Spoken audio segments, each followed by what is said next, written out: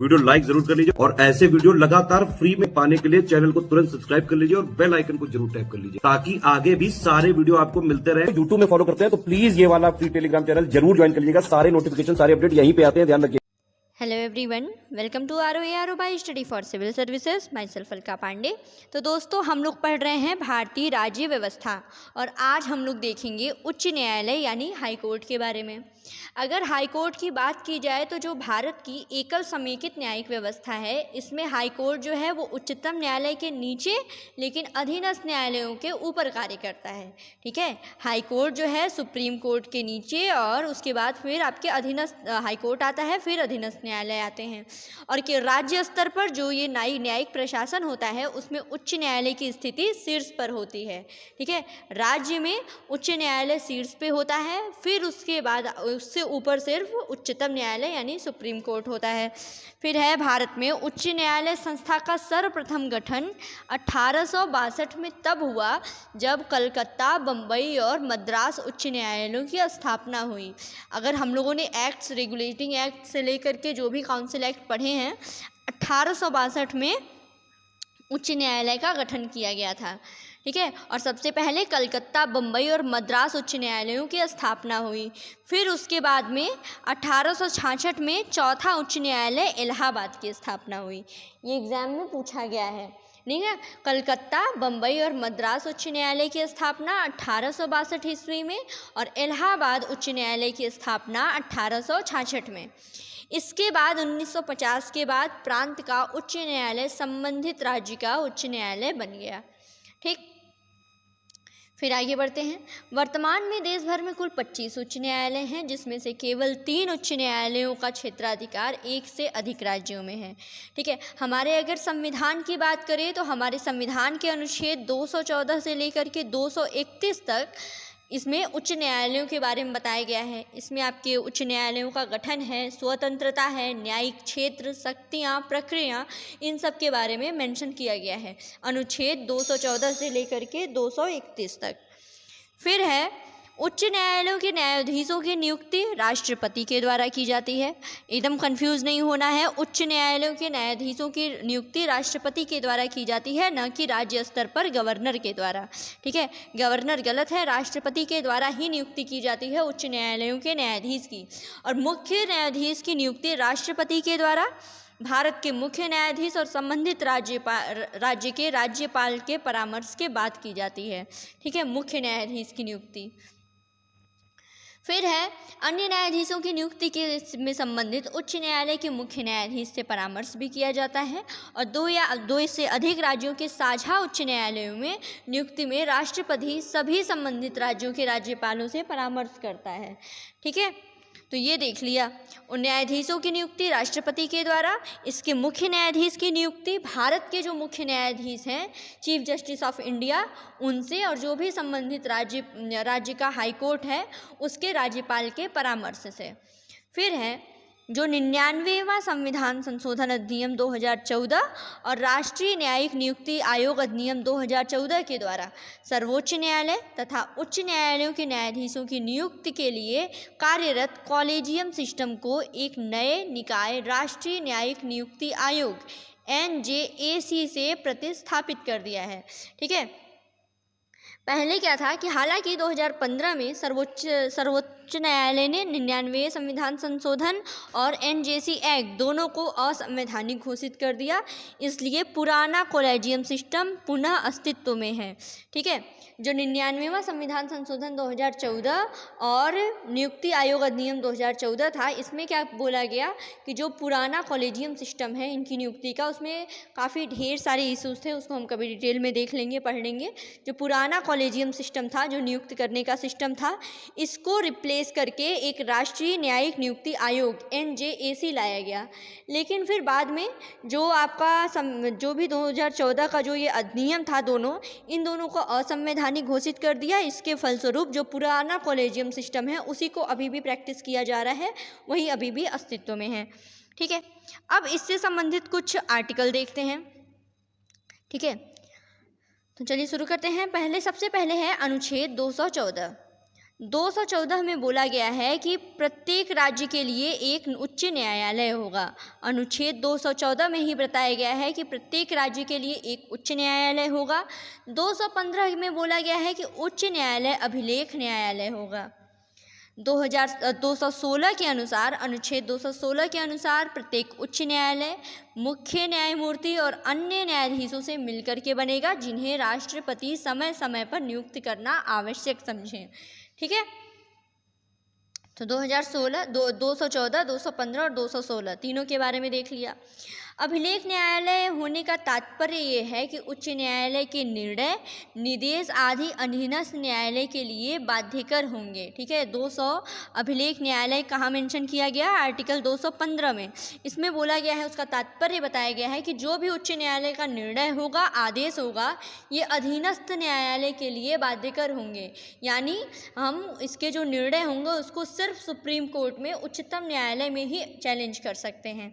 उच्च न्यायालय के जो न्यायाधीश हैं उसकी नियुक्ति राष्ट्रपति करता है और न्यायाधीश के लिए 62 वर्ष की आयु तक ये पद धारण कर सकते हैं। जो न्यायाधीश हैं ये यहाँ पे उच्च न्यायालय की ही बात हो रही है। ये राष्ट्रपति को संबोधित करके अपना पद त्याग सकते हैं। उच्च न्यायालय के न्यायाधीश को राष्ट्रपति के आदेश से पद से हटाया जा सकता है। राष्ट्रपति ऐसा आदेश संसद द्वारा पारित प्रस्ताव के आधार पर जारी कर सकता है। ठीक है, और उच्च न्यायालय के न्यायाधीशों को उच्चतम न्यायालय के न्यायाधीशों के समान प्रक्रिया, सिद्ध कदाचार और क्षमता के आधार पर हटाया जा सकता है। ठीक है, तो ये देख लिया। तो इसमें क्या देखा हमने कि सबसे पहले जो मुख्य उच्च न्यायालय का न्यायाधीश है, इसकी नियुक्ति राष्ट्रपति करेगा। 62 वर्ष की आयु तक ये पद धारण करेगा। राष्ट्रपति को संबोधित करके अपना त्याग पत्र भी दे सकता है और राष्ट्रपति के आदेश से ये पद से हटाया भी जा सकता है। ठीक है, इसके लिए उच्च न्यायाधीशों के समान प्रक्रिया होनी चाहिए हटाने के लिए, कदाचार सिद्ध होना चाहिए और अक्षमता के आधार पर इनको हटाया जा सकता है, उच्च न्यायालय के न्यायाधीशों को। अब जो है उच्च न्यायालय के न्यायाधीश के लिए वही योग्य हैं जो भारत के नागरिक हैं। और पहले तो भारत का नागरिक होना चाहिए, दूसरा ऐसा व्यक्ति जो उच्च न्यायालय में लगातार 10 वर्ष तक अधिवक्ता रहे हों या ऐसे व्यक्ति जो 10 वर्ष तक न्यायिक पद धारण कर चुके हों। ठीक है, भारत का नागरिक होने के साथ साथ किसी भी उच्च न्यायालय में 10 वर्ष तक अधिवक्ता रहा हो या फिर 10 वर्ष तक न्यायिक पद धारण कर चुका हो। उच्च न्यायालय के न्यायाधीशों को वेतन राज्य के संचित निधि से दिया जाता है। ये भी एग्जाम में पूछा गया है। उच्च न्यायालय के न्यायाधीशों को जो वेतन है वो राज्य की संचित निधि से दिया जाता है। फिर अनुच्छेद 223 क्या बोलता है कि अगर उच्च न्यायालय के मुख्य न्यायाधीश का पद रिक्त हो या वो अनुपस्थित हो तो उसके कार्यकारी जो मुख्य न्यायाधीश होगा, कार्यकारी मुख्य न्यायाधीश, उसकी नियुक्ति भी राष्ट्रपति करेगा। 226 में कहा गया है अनुच्छेद कि मूल अधिकारों को परिवर्तित कराने के लिए रिट जारी करने की शक्ति उच्च न्यायालय को है। 2027 के अंतर्गत उच्च न्यायालय उस राज्य के सभी न्यायालयों पर अधीक्षण करने की शक्ति रखता है। ठीक है, सभी जितने भी न्यायालय हैं उस पर्टिकुलर एक स्पेसिफिक राज्य में उसका अधीक्षण करने की शक्ति जो है वो उच्च न्यायालय में है, ऐसा आर्टिकल 227 में बोला गया है। दिल्ली एकमात्र केंद्र शासित प्रदेश है जिसका अपना उच्च न्यायालय है, जबकि अन्य जो केंद्र शासित प्रदेश है वो विभिन्न राज्यों के उच्च न्यायालयों के न्यायिक क्षेत्र में आते हैं। ठीक है, फिर है सर्वप्रथम 1862 ईस्वी में कलकत्ता, बम्बई, मद्रास में उच्च न्यायालयों की स्थापना की गई थी और इलाहाबाद उच्च न्यायालय की स्थापना 1866 में की गई थी। अब देख लेते हैं शॉर्ट में एक टेबल जो एग्जाम के पॉइंट ऑफ व्यू से बहुत ही ज़्यादा इंपॉर्टेंट है। उच्च न्यायालय से संबंधित अनुच्छेद सबसे पहले क्या देखा था, ये सारा हम पढ़ चुके हैं, रिवीजन कर लेते हैं। अनुच्छेद 214, अनुच्छेद 214 बोलता है कि राज्यों के लिए एक उच्च न्यायालय होना चाहिए। ठीक है, और 215 बोलता है कि उच्च न्यायालय अभिलेखों के न्यायालय के रूप में, अभिलेखों के न्यायालय के रूप का मतलब क्या बताया था कि जितने भी अधीनस्थ न्यायालय हैं वो उच्च न्यायालय के निर्णय के लिए बाध्य होंगे। ठीक है, आप सिर्फ इस उच्च न्यायालय के निर्णय को उच्चतम न्यायालय में चैलेंज कर सकते हैं।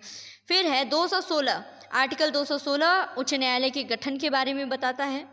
आर्टिकल 217 बताता है न्यायाधीश पद के लिए नियुक्ति एवं दशाएं। ठीक है, जो हमने पहले पढ़ा वो सारी चीज़ें। अनुच्छेद 218 बोलता है कि उच्च न्यायालय में उच्चतम न्यायालय से संबंधित कतिपय प्रावधानों का लागू होना। आगे बढ़ते हैं। फिर उसके बाद 218 के बाद अनुच्छेद 219 में है कि उच्च न्यायालय के न्यायाधीशों का शपथ ग्रहण। 1920 में स्थायी न्यायाधीश बहाल होने के बाद प्रैक्टिस पर प्रतिबंध। ठीक है, 220 में बोला गया है कि जो स्थायी न्यायाधीश है उसके बहाल होने के बाद प्रैक्टिस पर प्रतिबंध। 221 में न्यायाधीशों का वेतन इत्यादि है। अनुच्छेद 222 में एक न्यायाधीश का एक उच्च न्यायालय से दूसरे उच्च न्यायालय में स्थानांतरण, ये अनुच्छेद 222 में बोला गया है।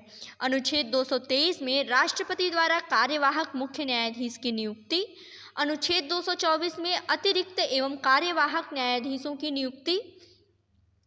अनुच्छेद 224A में उच्च न्यायालयों में सेवानिवृत्त न्यायाधीशों की नियुक्ति। अनुच्छेद 225 जो है वो उच्च न्यायालयों का क्षेत्राधिकार। अनुच्छेद 226 जो कि बहुत ज़्यादा इम्पॉर्टेंट है, ये हमने पढ़ा है, आर्टिकल 32 के लिए सुप्रीम कोर्ट जा सकते हैं, 226 के लिए हाई कोर्ट जा सकते हैं। यही है ये कि रिट जारी करने की उच्च न्यायालयों की शक्ति। और अनुच्छेद 226 के तहत 226A में अनुच्छेद 226 के तहत केंद्रीय अधिनियमों की संवैधानिक वैधता पर विचार नहीं किया जाना या निरस्त किया जा चुका है। फिर अनुच्छेद 227 कहता है कि उच्च न्यायालय का सभी न्यायालयों पर अधीक्षण की शक्ति। राज्य में जितने भी न्यायालय हैं उसके अधीक्षण प्राप्त करने की शक्ति उच्च न्यायालय को। अनुच्छेद 228 कहता है कि कतिपय मामलों का स्थानांतरण। 228 में मेंशन किया गया है कि राज्य अधिनियमों की संवैधता से संबंधित मुद्दों पर विचार करने के लिए विशेष प्रावधान जो कि निरस्त है, और 226A भी निरस्त किया जा चुका है। 229 में बोला गया है कि पदाधिकारी एवं तथा सेवक एवं उच्च न्यायालयों में व्यय। 230 में उच्च न्यायालयों में क्षेत्राधिकार संघीय क्षेत्रों तक विस्तार। फिर है 231 में 2 या अधिक राज्यों के लिए एक साझा उच्च न्यायालय की स्थापना।